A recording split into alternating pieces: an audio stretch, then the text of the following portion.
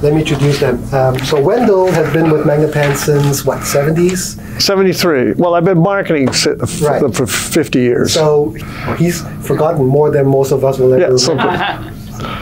He's also designer of many of the current models, although he won't say so. It's actually true. Well, it's out in the public now. I've been since Jim Winey retired. But most importantly, he's deeply in love with Galina, who travels with him everywhere. They make me sick. Like seriously, going around hand in hand, unbelievable. Anyway, here's Wendell. Wow, what an introduction. Well, I've never tried anything like this before. This is not a presentation, so I can relax a little bit because I'm not performing.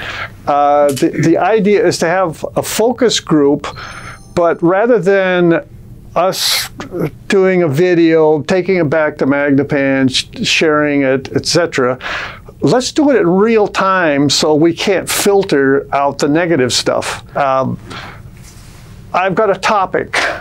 So if we were a perfume manufacturer, we would assemble a focus group and you would give reports and questionnaires, etc. The topic of this focus group is bass. I say we don't even know. We probably have trouble talking to each other about bass. I mean, when we know what a human voice sounds like, so when we hear a speaker that obviously is very colored sounding, whether male or female, we say, that speaker is better than that one. But when it comes to bass, I'm finding we don't have any agreement on what bass is, because everything for most of the music that you play, even drums, if you go to a concert, jazz concert, they have mics and speakers on most everything. And so it's been altered. We don't have any agreement. It's like, what does a flower look like? Well, we all have seen a flower, but what bass have we heard? So that's the topic. But you also feel bass. Well, you feel it. Yeah, you feel it. And that's where you need the big drum. But where? Yes. On your body. Yes. Yeah. Okay. The problem is it was reproduced by a woofer. The bass was that bass you experienced in that place with that woofer. Yeah. So there's where I have a problem. I've had this for 50 years. How do I talk about bass? So is there anything that we share in common that we could say, well, we've all heard what that, if we could start there, but I don't know what percentage of audiophiles have heard an orchestra in the last year or two. I don't know. That's one of the things I'm going to quiz. But first of all, I'm going to start with a reproduction of bass playing in an orchestra. Sorry, I forgot to mention, this is our pair of Martin Logans. It's like everyone is asking why. Yeah, it's like, why am I playing Martin Logans? And notice that there is no, there's no woofer. You've removed the woofer. I've removed the woofer. That will make more sense as we go along here.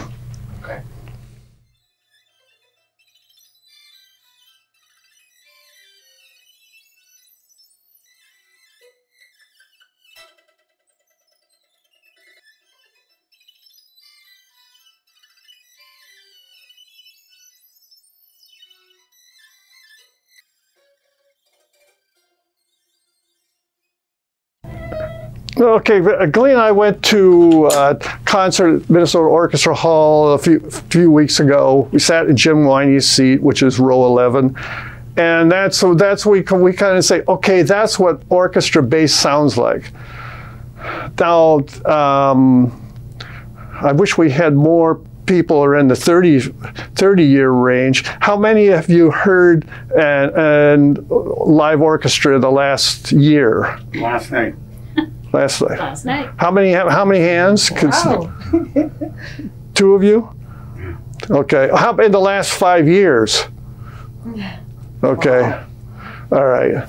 So we generally, this group generally knows what bass, the cellos and the bass sound like. There was no bass drum in there, but we have a pretty good idea. So, all right, we have something common to talk about. So we can listen, as we listen to a pair of speakers, we can say, nah, I don't remember that much bass or that kind of bass when you play classical music. By the way, as a speaker designer, reproducing an orchestra is the Mount Everest. Diana Krall, Nora Jones, that's what we use at shows because it's easy.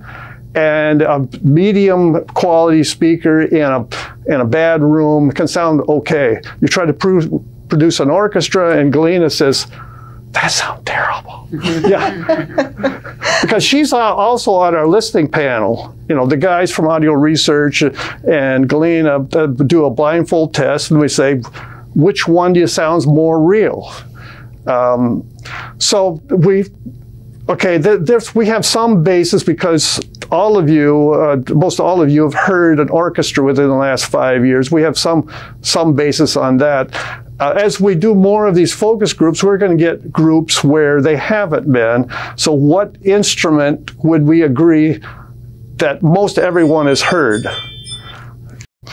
So let's put a bass drum on. So I think it's called the Japanese drum. I think it's called Kido drums, gigantic things. Yeah. We're going to play it rather loud because that was what we played the classical, very, very subdued bass. I mean, you really had to pay attention. Does that sound real or not? Well, if we're in a relatively small room, those bass drums, I mean, you'll be able to feel it. It won't hurt your ears, but it's loud.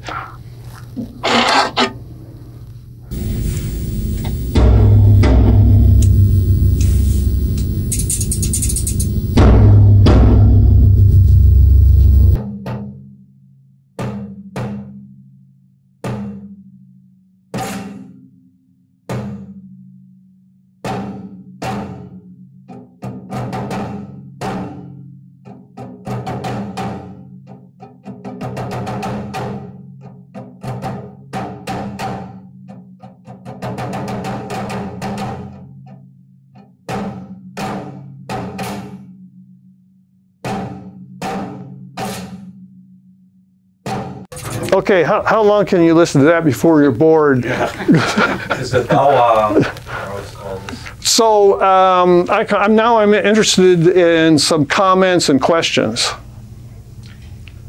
So it was loud, but I got a measurement here at 78 in average of this dBs. So it wasn't that great. It wasn't too loud? No. I could go louder, but I have to be careful. I don't want to offend people. It's very tight, right? It's Yeah, very but It's fast. and fast. It's Yeah, and fast, accurate, which right? is interesting, yeah. Yeah. that I would call it accurate. Yes. I am not getting this from my setup with rails and 0.7s. I've got JL, it's not as it's fast. not the same. It cannot be as fast as this, definitely. Uh-huh. There's a little bit of, I don't know what it is. But it's really accurate. It's impressive, yeah. Anyway, well, some more comments on that particular. It is interesting if you compare with the box speaker, right? And then where you have the sound coming from the same spot, right? Direction, the bass and the mids and so on. This is a very wide. It's very interesting. At least in my ears, a little bit different. The way it propagates and the way it sounds, right? The bass. You feel a little Sounds bit different than a cone. Yeah. It's, you feel like a thump a little bit, like it pressures the air, and you feel it a little bit. I mean, it's different and it's interesting.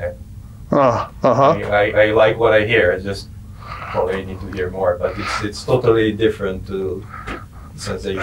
So I think they did sound quite authentic. I would say though that the hall that I was in wasn't didn't sound as good as this. So I think it's probably a deficiency in the hall acoustics Yes. Yeah, so very precise recording. That sounds very, very close.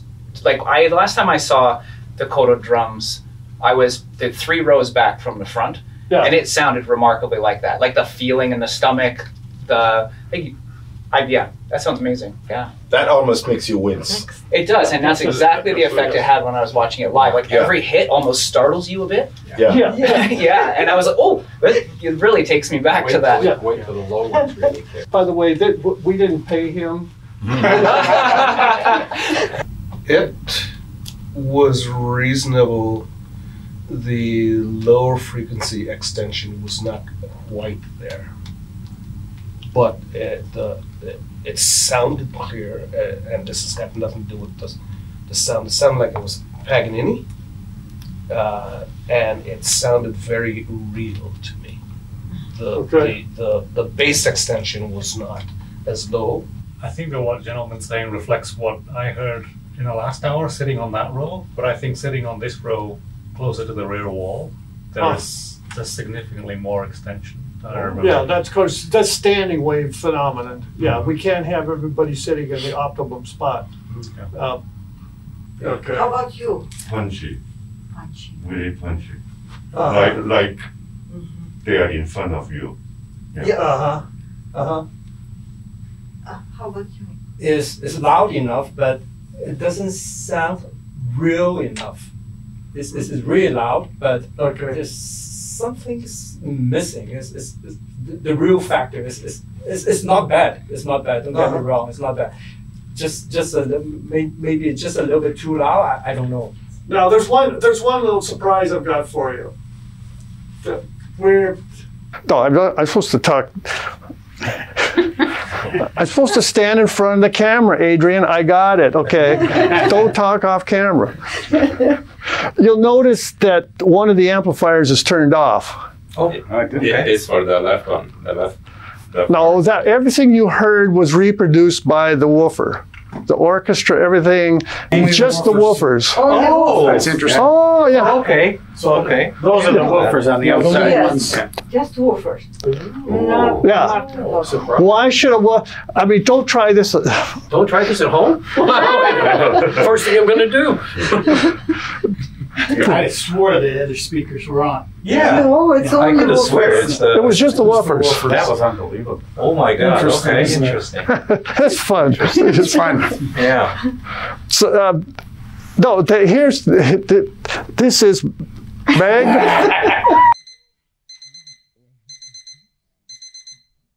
Magnepan, Martin Logan and Magnepan, powered by shit and wired by Home Depot. Yeah. We noticed that. Ignore me. I'm just. Okay. We're having fun, Adrian. Good. Yeah. Wow. This is a very good electrostatic driver, and since the electrostats are relatives of ribbons, we say nice things about our relatives. Okay. Yeah, so the point is this technology applies to electrostats and ribbons equally, so it's more understandable if we use a Martin Logan than if we used a Magneplaner for the demonstration. Okay. Alrighty.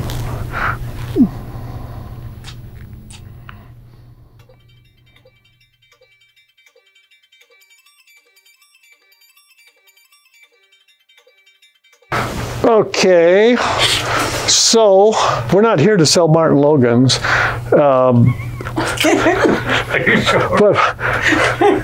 I have a lot of respect for that, especially that electrostatic driver is phenomenal. Obviously, the bigger point is the woofer is capable of playing nicely with the electrostat. Wherever they cross over, the woofer has no problem keeping up. Yeah, there's you can't really hear any kind of step in the transition between them. They just smoothly blend into each other very well. Yeah. Now, if you want to play tweak an audio file, which if the focus group is kind of coming to an end, how about if we go back to turn off the Martin Logans, and it won't be, let's see how close can the woofers come to matching the speed of the electrostat. So I'll turn off the Martin Logan.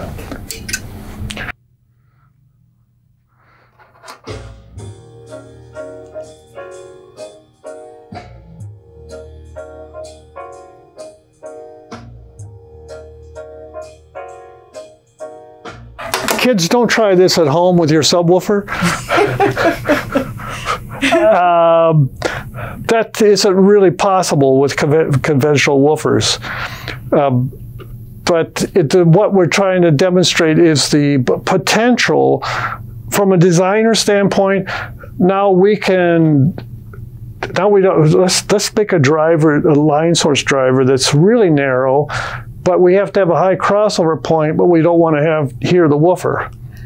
So this gives us, sure, it's not as good on the very tippy top as the electrostat. Even my old ears can hear that. But it's wherever it has to cross over into a ribbon or electrostat, no problem.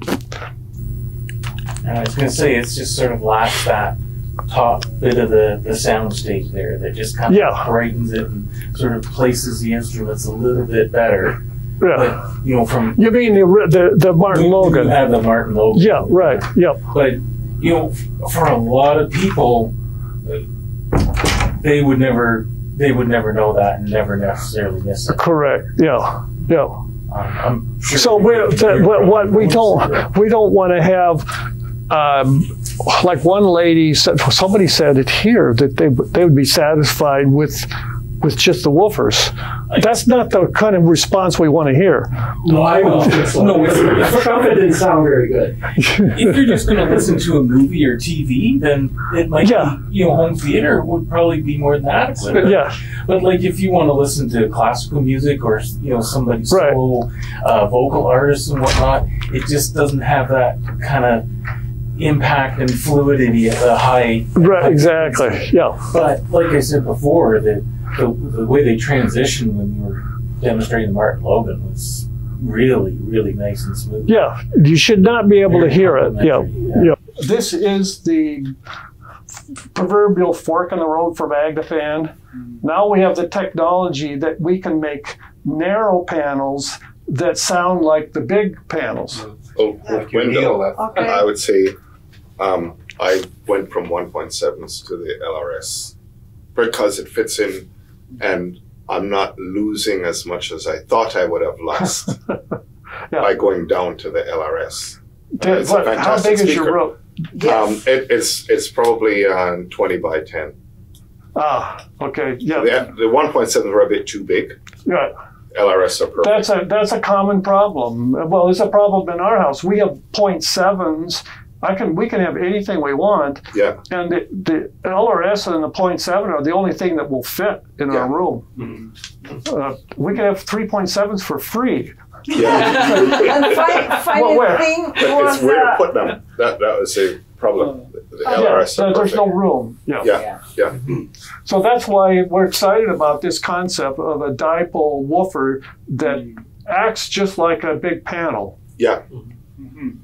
I'll say the integration sounds flawless. It sounds like somebody had to spend a lot of time to match the pair, but that's my impression. Because there's no coloration between here's the low stuff and here's the mid stuff at all. You don't need to put big panels. Yeah. Very good. Now it's my turn. So hopefully you all enjoyed it. Yeah, but can I order some? Okay, so now comes the homework part. Yes. Please take out your phones, post your feedback on all the different forums and groups and so that you are a member of. Also, I have sent out an email to all of those. There's a thread linking you to Canuck Audio Board. If you're a member, you can post there. Give your honest opinion. That's the most important. No, that was the first time I've ever done anything like that. Actually, I was very impressed. Very impressed with the demonstration. Amazing. It's an impressive speaker. I'll say the drums did not sound like a speaker. Well, I didn't find anything bad about it. They might be too fast for my wrist situation. Yeah. It's very fast. Today was the first time that I really had the chance to feel bass that really felt accurate, like, airy. And this is how it ends.